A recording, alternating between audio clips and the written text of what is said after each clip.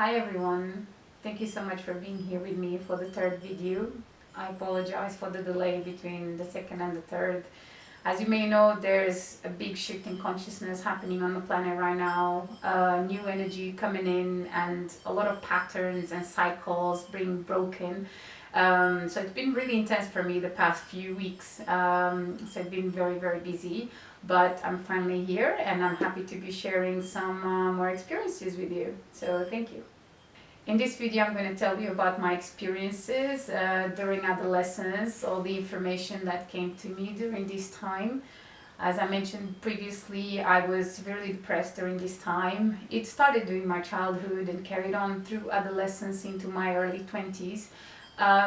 Which meant I spent a lot of time at home and alone, which got me, considering I'm so curious, watching all these documentaries. I used to watch all these different channels, the History Channel, Discovery Channel, Odyssey, National Geographic. So I'm going to be sharing some of the information that came to me through these documentaries. Also, I will mention a few books that came along this time and really shattered my perception of solidity of reality and opened my mind to the validity of the things that I had experienced as a child.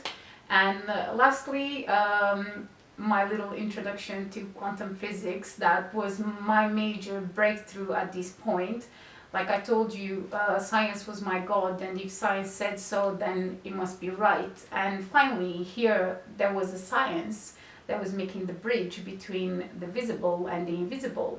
And suddenly, things didn't seem so sure, so solid and firm and static. So I hope you're going to enjoy it. I was depressed from very early on. I figured out later on it's because my voice was silenced, made to feel unimportant and not valid. I know the people around me were trying to do their best when they told me it doesn't matter, it's not important, it will pass, it's just one little thing. But when you do not validate or don't listen to a child, it really doesn't bode well, as I came to experience. This developed as a lot of physical issues in the throat area, which I later understood because my energy in the throat chakra of expression was being blocked.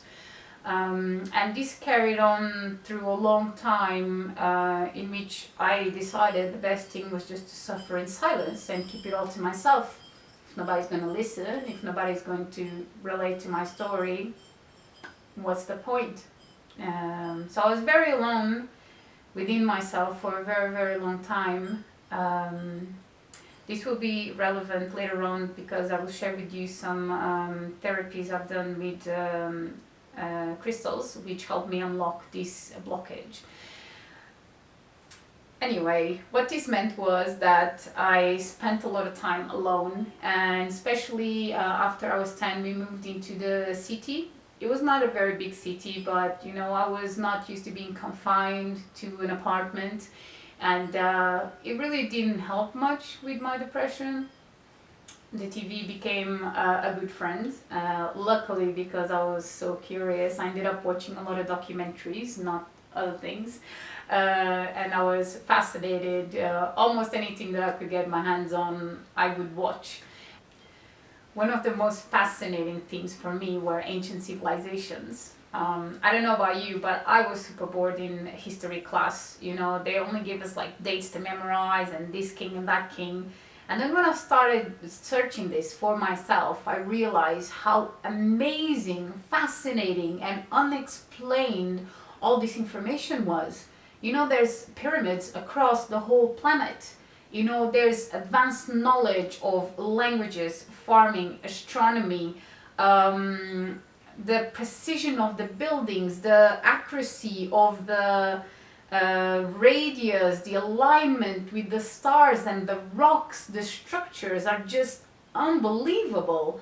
And the fact that all these cultures have similar what we call mythology, because we don't believe in it, of a more advanced people coming down to the earth and giving them this knowledge. You know, we see primitive cultures going from that to suddenly having advanced astronomy, suddenly being able to farm their own land and building all these amazing structures that even to this day, both engineers and architects cannot explain, and they cannot replicate in our society, which we call modern and really advanced.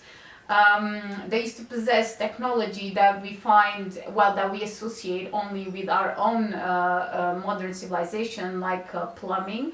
And they even found like this structure in a vase that apparently created electrical charge, so like a battery of sorts.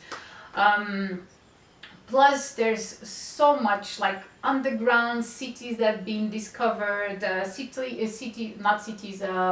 like villages on the side of mountains, underground tunnels in the south of Africa where they used to mine gold before we even got there, like thousands and thousands of years ago, like metal pipes going down mountains in China. There's like all these earth mysteries, like the Nazca lines, which are these structures and drawings that you can only see from the sky when you fly over with an airplane, and nobody can really understand why and how. Also, in this same location, they found very elongated skulls that don't fit in with our notion of evolution. There's the Easter Islands. They're now uncovering that apparently it's not only the head, there's actually a whole body all the way down, and nobody knows how they were done or how they were moved and placed in where they are. There's the Bermuda Triangle, where a lot of different ships and airplanes have just poof, disappeared. Nobody can explain that.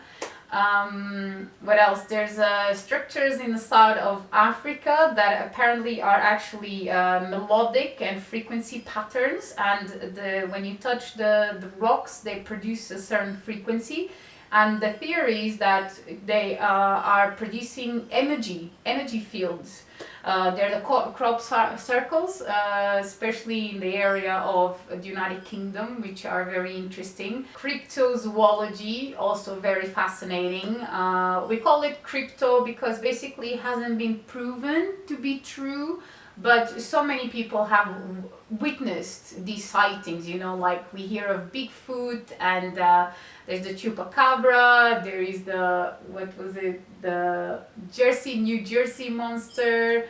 There are all these sorts of things that people witness, but we just write it off as imagination. As I told you, I saw a ghost. Then I found out as well about poltergeists, which are like these noisy, rowdy sort of, well, I don't want to call it ghost, but you know, entity of sorts, which is in between dimensions. And apparently they have a lot more power upon the physical, and they can interact. And I actually came across this study in which the military, the Russian military, which have a very different view from our society, which we say like, oh, if I don't see it, it doesn't exist. The Russians have a different approach, and they say, well, if we've heard about it, let's study it. You know, what have we got to lose? So they actually went on and decided to try and train a poltergeist. So they go to this very like a haunted, you know, known as being a haunted place, and they try to train this poltergeist to move objects and put them in a drawer. And the conclusion was that it was possible, but they were too unreliable. There is a cave in France, which is over 17,000 years old. Like, these kids ran into it by chance, and in which they found a lot of drawings of different themes, including knowledge of astronomy that we've only recently found out. So this is basically what you'd consider a primitive culture. There is also the mention of Atlantis, which was for me very curious. I've since then found out about Lemuria as well, which seems to be a more ancient one. And there's so many tales. Actually, the first one to talk about it was Plato. He mentions Atlantis and its culture. I've later found out a lot more information on this topic, which is absolutely fascinating and actually relates to the crystals. I will share it at a later point if you are interested in this. But it caught my curiosity, you know, like when we think about Earth history, we think like we've been here for such a long time. But if you imagine this is Earth history, we're this, like we barely even see, like we barely even know who we are, where we came from, what are the influences, all the interconnectedness and fluidity of events and people and circumstances that brought us to this day. And even though we shouldn't be attached and locked in our past, it is really important to understand it so that we know who we truly are. Going back to the crop circles, I must mention two that really puzzled me and got me wondering. One was the message, a reply to Carl Sagan's message that was sent through Arecibo into space with the composition and our location in the solar system and some other information. And it appeared in the UK next to one of the biggest observatories, Bolton, and basically carried the information parallel to what he had sent, but of another civilization. So barely anybody knows this or is aware that this was received. The other one was it's this alien face holding a CD with binary code, and it carries a message of hope and of trust. And this is the thing, most people have no idea these happen, and they keep happening all the time. There's like these amazing patterns, this amazing information that's being shared. I since then found out like what may be behind this. It's not 100% clear, but I've seen a video that you just see an orb, because people would tell that they would pass by this field, there's nothing there. They go, they do their shopping, 1 hour later they come back and there's this huge pattern. You know, people have tried to say it's fake and they've tried to do them by themselves. Most of them are done during the night, so you can't even see what you're doing. Secondly, they're of huge dimensions, most of them, and the complexity of the drawing is just astonishing. Plus, when you go there, most people have reported anomalies in technology. Things don't work, the magnetic field is distorted. So for me there is something to it, and I've later discovered that there are patterns of activation for our mind. Even though that we may not understand them consciously, they are reactivating ancient wisdom within us. And they're very, very interesting. I definitely recommend for you to have a little look and research on them. So the last topic that I really enjoyed watching about was reincarnation and near-death experiences. I've since really expanded upon this subject, but basically I was faced with a lot of people saying how they related these experiences. For example, there's this kid and he's born into this woman, and he carries the same problem, the same exact problem, which was very rare, as her dad. And one day, like he's 2-3 years old, because they tend to forget with age, they have the memories a bit sharper when they're young, and the woman basically misbehaves for something, and she gives her a little slap on the wrist, and he says, "When you were at my age, I never hit you." And she was just stunned, like, what the hell is happening? And later he tells more information that makes her understand that he is the reincarnation of her dad. There's kids that remember a completely different life. In the first years of their life, they keep asking, "I want my real family, I want my real family, I want my mommy, I want my daddy." And they can tell how they died, when they died, where they lived. And sometimes the families are just so pressed by this that they take the children to the locations they've been telling about, which they could not know by any means whatsoever because they're so young.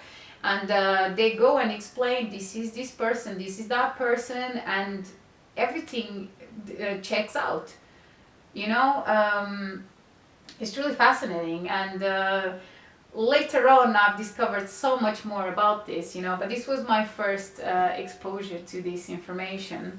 The second bit was about near-death experiences. You know, so many people are so frightened of what is there after this transition. I've learned there's nothing to be afraid of. Like, there's so many people telling their stories, and they mostly just relate the same, and they just feel bliss. There's this white light. They're surrounded by good, loving, kind people from their own lives, and some that are really unbelievable. As I told you before, I saw a ghost with my cousin, and it hit me later in physics class. We were studying the light spectrum, and they were telling us this is what there is. I believe there is far more, but this is our narrow perspective of what we can measure. Still, this is the light spectrum, and they were telling that we can only access with our own eyes from this amount. So can you imagine how much is there around us that we have no access to? Even our pets, dogs and cats, can hear sounds that we can't. They can see things that we can't. Have you never caught your animal just staring at the wall? You get a bit freaked out. It's like, oh my god, what is there? Like, I don't see anything. I've seen that a lot. It's quite creepy, actually. And even other animals, they just see and perceive the world in a completely different way because they have receptors that we do not possess. Again, I feel it's so arrogant of us to believe that we have access to all the information there is. Even science says we process close to no information whatsoever consciously. You know, we are not able to take in all the data that we're being bombarded at all the time. So just be open. Like, the sea of possibilities is infinite. Mythology. We are made to believe that these are all made up stories, that none of this stuff has existed, they're just metaphors and very creative minds at work. I personally always thought there must be some basis, some source of truth to it, and actually through my studies and my research I've come across some information that does give some credit to my idea, and it's been quite interesting. Also, having the notion of multiverses and multi-dimensions and different frequencies that we have access to or not, my perspective is that these things were true at one point or another in time. And I'm talking about like fairies, dragons, leprechauns, all these crazy stuff.